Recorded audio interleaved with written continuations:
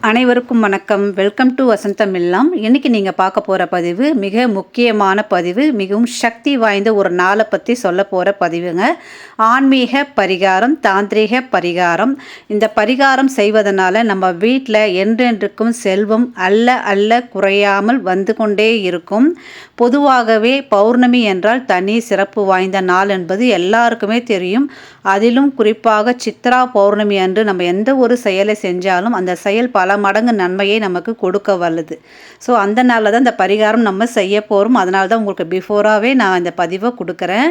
இதுக்கு கண்டிப்பாக கண்ணாடி பவுல் வேணுங்க. கண்ணாடி பவுலில் தான் செய்யணும், வேறு எந்த ஒரு ஆப்ஷன் கிடையாது. நீங்கள் வந்து செராமிக் பவுல், இப்போ நான் வந்து உப்பு சாடி காட்டினேன் பார்த்தீங்களா, அந்த மாதிரிலாம் செய்யலாமான்னா கிடையவே கிடையாது. ஏன்னா கண்ணாடி என்பது சுக்கிரனின் ஆதிக்கம் நிறைந்தது.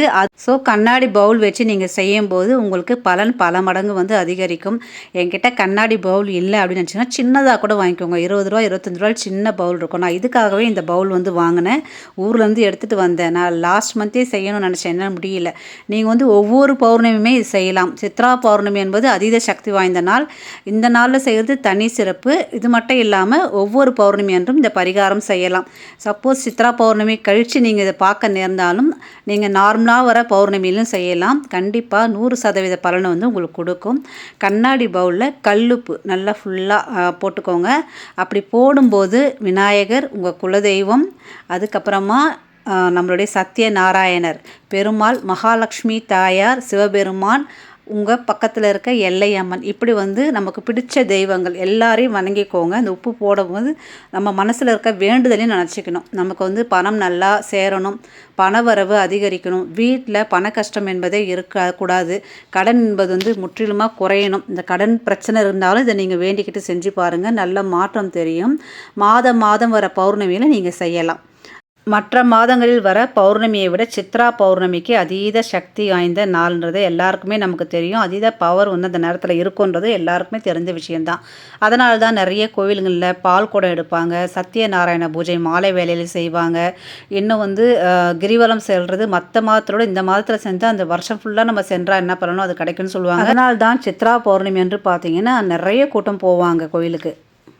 ஸோ அந்த அளவுக்கு ஒரு அதீத சக்தி வந்தனால நம்மளோட மனசில் எந்த ஒரு கவலை இருந்தாலுமே நம்ம அந்த கிரிவலம் போகும் பொழுது, அப்படி இல்லைனாலும் நம்ம வீட்டு மொட்டை மாடியில் போயிட்டு ஒரு 1 hour நிலவொளி படுற மாதிரி உட்காந்தாலே போதுங்க, மன தெளிவு வந்து ஏற்படும். ஸோ அத்தகைய சக்தி வாய்ந்த நாள்னு சொல்லலாம். இது மட்டும் இல்லாமல் பக்கத்தில் ஏதாவது கோவில் இருந்தால் அன்றைய தினம் கண்டிப்பாக போயிட்டு வாங்க. பாலபிஷேகம் நடக்கும், ஏதாவது அபிஷேக பொருள் வாங்கி கொடுங்க. அதெல்லாம் செஞ்சுட்டு வந்து முடிந்தால் உங்கள் குலதெய்வ கோயிலுக்கு போக முடியுதுன்னா ரொம்ப நல்லது. குலதெய்வ கோயிலுக்கு அன்றைய தினம் நீங்கள் போய் செஞ்சீங்கன்னா அந்த வருஷம் ஃபுல்லாக செஞ்ச பலன் வந்து உங்களுக்கு கிடைக்கும். அடுத்ததாக உப்பை நம்ம வந்து ஃபுல்லாக வந்து நிரப்பிக்கணும். புது உப்பு வாங்கிக்கோங்க. எல்லா பொருளுமே புதுசாக பயன்படுத்துங்க. ₹1 நாணயம் 9 நடுவில் ₹1 நாணயம் வைக்கும் போது மட்டும் விநாயகரையும் உங்கள் குலதெய்வத்தையும் நினச்சிக்கணும்.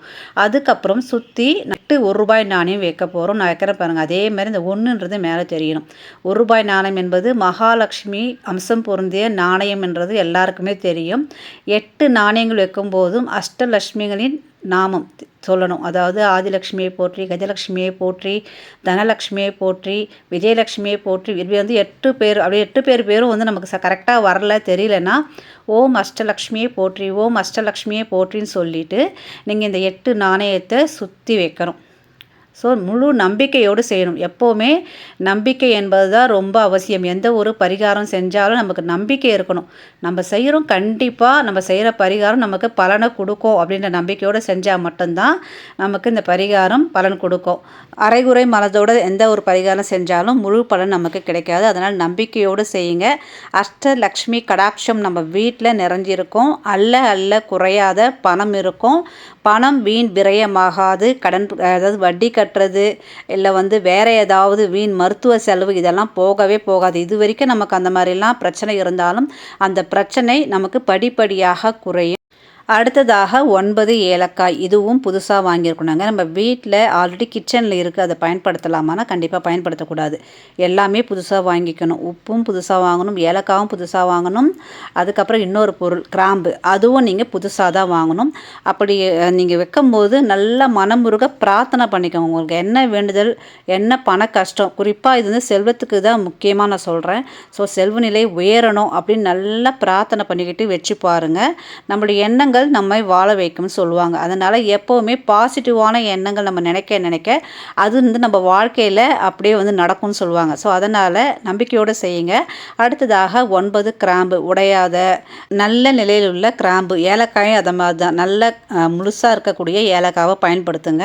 நல்ல பிரார்த்தனை பண்ணிக்கிட்டு சுற்றி வந்து வையுங்க. வைக்கும் போதே உங்களுக்கு வந்து என்னெல்லாம் வேணும், என்னென்ன பொருள்லாம் வந்து உங்களுக்கு வரணும் ஆசைப்பட்றீங்க, இல்லை நகை எதனா அடமானம் வச்சுருக்கீங்க, அந்த நகையை மீட்ட பணம் வேணும், இல்லை வந்து பிள்ளைகள் கல்விக்கு வேணும், இல்லைன்னா பார்த்தீங்கன்னா வேறு ஏதாவது செலவுக்கு, இப்படி எந்த ஒரு விஷயமா இருந்தாலும் நீங்கள் பணம் தொடர்பான விஷயங்களை மனமுருக பிரார்த்தனை பண்ணி பாருங்கள். நல்ல ஒரு மாற்றம் உங்களுக்கே தெரியுது. வச்சு ஒரு மாதத்துலேயே நீங்களே எனக்கு கமெண்ட் பண்ணுவீங்க. கண்டிப்பாக கமெண்ட் பண்ணுங்கள். இது வச்சதுக்கப்புறம் எப்படி இருக்குதுன்னு சொல்லி எனக்கு கமெண்ட் கண்டிப்பாக நீங்கள் பண்ணியே ஆகணும். ஏன்னா அப்போ தான் மற்றவங்களும் இதை செஞ்சு பலன் பெறுவாங்க இல்லைங்களா. ஸோ அதுக்காக அழகாக 9 கிராம்பும் வச்சாச்சு, ஏலக்காய் வச்சாச்சு. நெக்ஸ்ட்டு மஞ்சள், குரு பகவானை நல்லா பிரார்த்தனை பண்ணிக்கிட்டு மஞ்சள் சுற்றி கொஞ்சம் அப்படி போட்டுருங்க. நெக்ஸ்ட் வந்து குங்குமம், மகாலட்சுமி தாயாரின் நாமம் சொல்லிக்கிட்டு, உங்களுக்கு மகாலட்சுமி தாயாரின் பாடல் ஏதாவது தெரியும்னா அது பாடிக்கிட்டே நீங்கள் மனசுக்குள்ளே இந்த பரிகாரம் வந்து செஞ்சிங்கன்னா இன்னும் ரொம்ப சிறப்பு. அப்படி இல்லைன்னா டிவியில் ஒலிக்க விட்டுட்டு நீங்கள் செய்யலாம். மாலை வேலை செஞ்சாலும் சிறப்பு தான். நீங்கள் காலை வேலை செய்யலாம். இப்போ செய்யணும் அப்போ செய்யலாம் கிடையாது. பௌர்ணமி அன்று ராகுகாலம் யமகண்டம் இல்லாத நேரம் பார்த்து செஞ்சுக்கோங்க. இந்த பரிகாரம் செய்யறதுக்கு முன்னாடி உங்கள் வீட்டில் பூஜை அறையில் ஒரு சின்ன விளக்காவது ஏற்றி வச்சுருங்க, இல்லை பூஜையாவது செஞ்சுருக்கணும். நான் வந்து இன்றைக்கி செவ்வாய்க்கிழமைன்றதுனால இன்றைக்கி தான் உங்களுக்கு செய்யணும்னு இப்போ ரெண்ட் ஹவுஸ்க்கு வந்திருக்க. பூஜை பாத்திரம்லாம் கழுவி பூஜை முடிச்சுட்டு எந்த ஒரு பரிகாரமாக இருந்தால் அப்படி தான் இதை அப்படியே தூக்கி பூஜை அறையில் வச்சுருவேன். ஸோ அதேமாதிரி நீங்களும் பூஜை அறையில் வைக்கணும். சித்ரா பௌர்ணமி அன்றைக்கி நான் இங்கே இருந்தேன்னா அன்றைய தினம் செய்வேன். அப்படி இல்லைனாலும் என் ஹஸ்பண்டை செய்ய சொல்லுவேன் ஊரில். ஸோ வந்து பார்த்திங்கன்னா இந்த மாதிரி தான் வந்து நான் வந்து செஞ்சு வச்சுருக்கேன். இதை அப்படியே எடுத்துகிட்டு போய் நல்ல மகாலட்சுமி தாயாரை பிரார்த்தனை பண்ணிவிட்டு, பெருமாள் மகாலட்சுமி தாயார் படம் இருந்ததுன்னா பக்கத்தில் வச்சுருங்க. இதை வந்து அடுத்த மாதம் எடுத்து பௌர்ணமி அன்று இந்த உப்பெல்லாம் கால்படாத இடத்துல போட்டுடலாம். அப்படி இல்லைன்னா ஷிங்கில் தண்ணி திறந்து விட்டுருங்க. பாத்ரூமில் போடாதீங்க, ஷிங்கில் பாத்திரம் கழுவுறோம் இல்லையா அங்கே போட்டு திறந்து விட்டுருங்க. இந்த ஏலக்காய், இந்த கிராம்பெல்லாம் எடுத்து செடி கொடி இருந்தால் அங்கே போட்டுடலாம். இந்த காயின்ஸை நீங்கள் கழுவி திரும்பவும் பயன்படுத்திக்கலாம், தப்பு கிடையாது. உப்பு மட்டும் வேறு வந்து பௌர்ணமி அன்று மாற்றிக்கோங்க.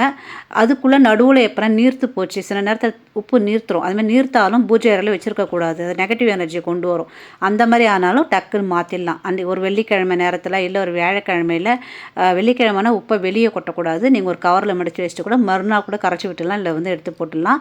நல்ல வளர்ப்புறை நாளில் பார்த்தும் நீங்கள் மாற்றிக்கலாம். உப்பு கரைஞ்சால் மட்டும்தான் அந்த ஆப்ஷன், இல்லைன்னா மோஸ்ட்லி அதை மாதிரி வந்து ஆகாது. அப்படி ஆச்சுன்னா ஒன்றும் பிரச்சனை கிடையாது. நம்முடைய பிரச்சனைகள் கரையுதுன்னு தான் அர்த்தம், வேறு ஒன்றும் கிடையாது.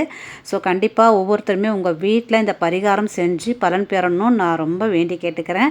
ஓகே ஃப்ரெண்ட்ஸ், இவ்வளோ நேரம் இந்த பதிவை பார்த்ததுக்கு மிக்க நன்றி. இந்த பதிவு கண்டிப்பாக உங்களுக்கு பிடிச்சிருக்கும்னு நினைக்கிறேன். பிடிச்சிருந்தா உங்கள் ஃப்ரெண்ட்ஸ் ரிலேஷனுக்கு ஷேர் பண்ணிக்கோங்க. நம்ம சேனலை ஃபஸ்ட் டைம் பார்க்குறீங்கன்னா மறக்காமல் சப்ஸ்கிரைப் பண்ணிக்கோங்க. தேங்க்யூ. Take care. பை. வாழ்க வளமுடன் நலமுடன்.